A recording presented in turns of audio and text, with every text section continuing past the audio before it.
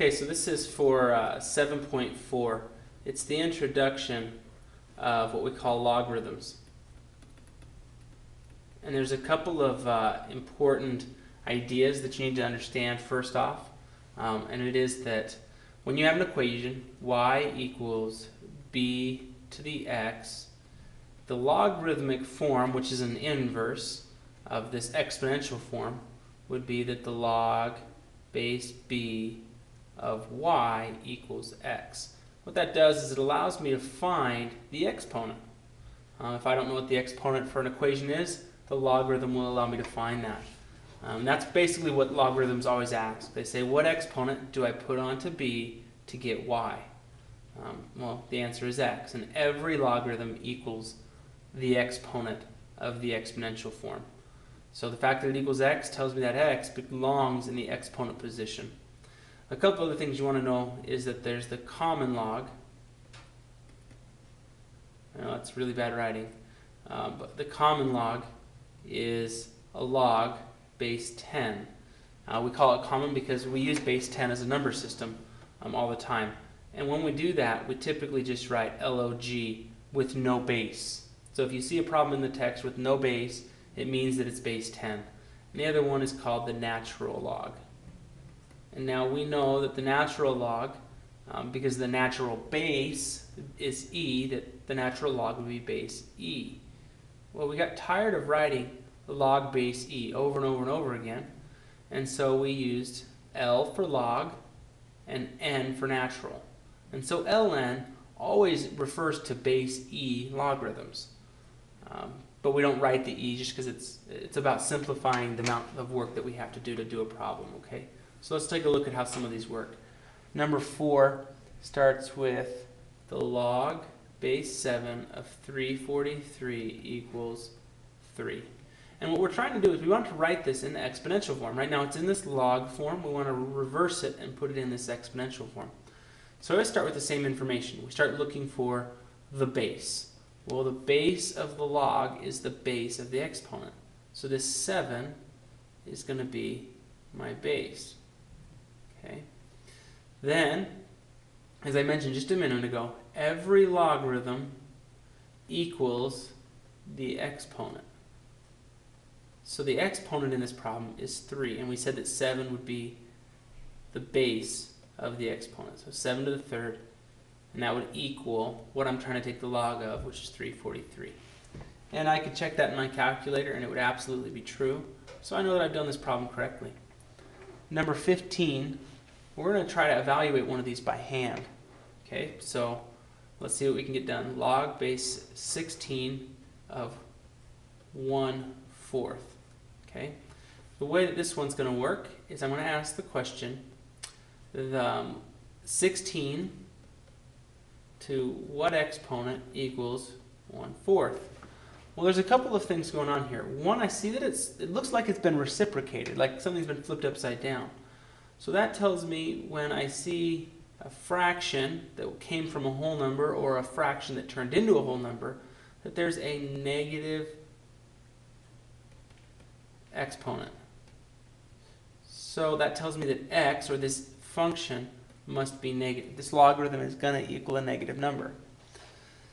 Now, figuring out what number is really about taking 16 and trying to get it to become a 4.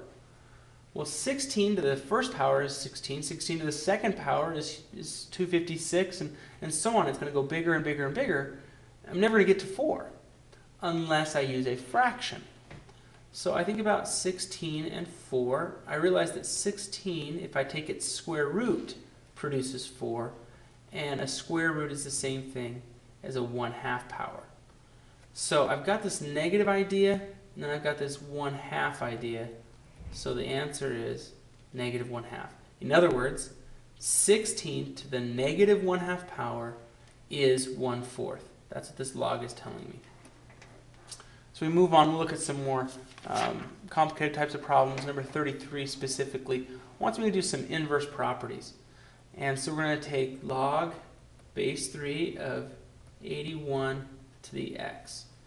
One of the things that's really nice about logarithms is if I can get the base of a log and the base of an exponent to match up, a lot of simplifying can take place. Well, 81 and 3 don't match, but I can also think of as 81 as 3 to the 4th power. And there I would see that base staying the same, using that 3 twice. So this can be written as log base 3 of 3 to the 4x. Now let's make sure we understand what this question is really asking me. The logarithm says, what exponent do I put on the base?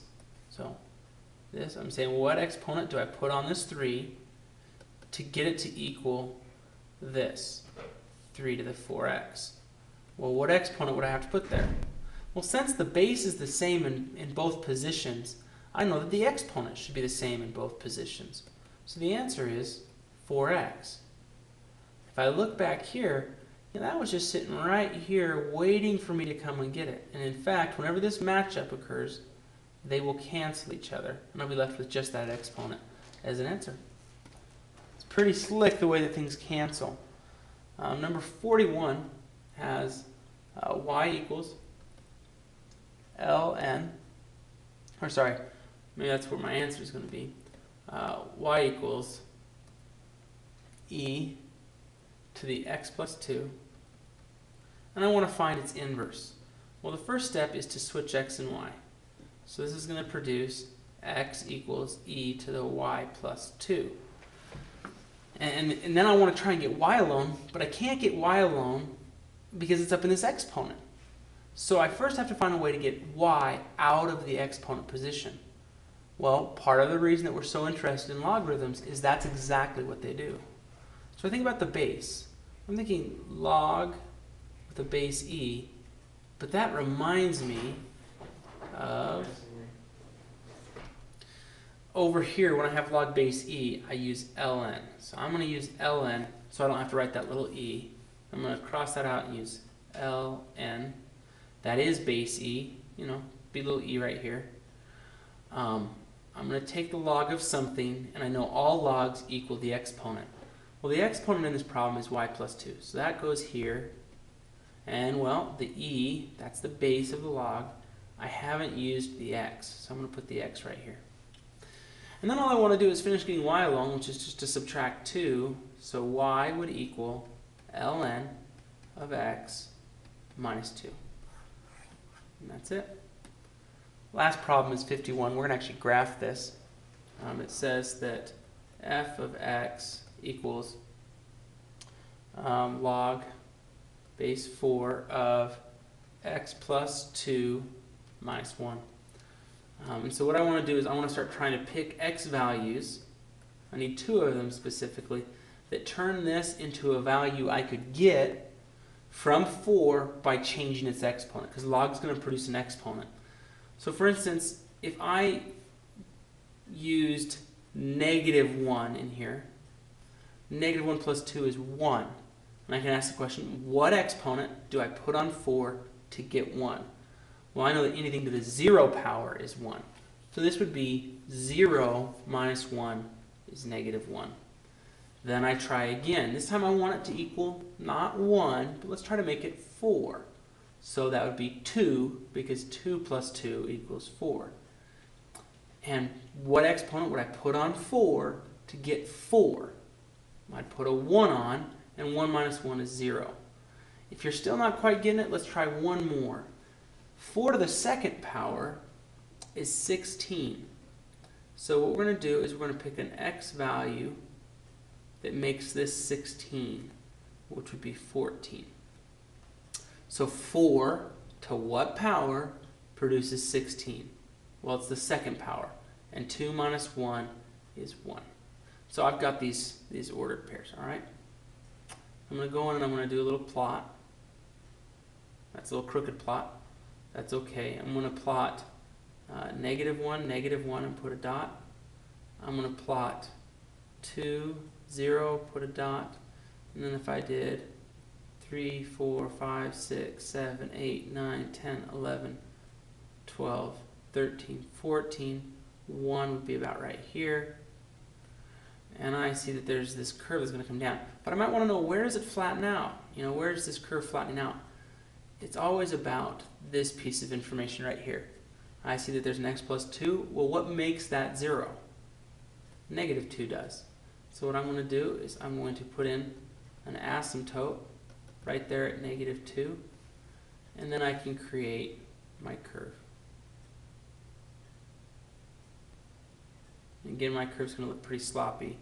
Drawing on this board is a little bit tough with the stuff I'm using. So last thing is the domain and range. The domain of this graph, x is greater than negative 2, because that's my boundary line, and range would be all reals.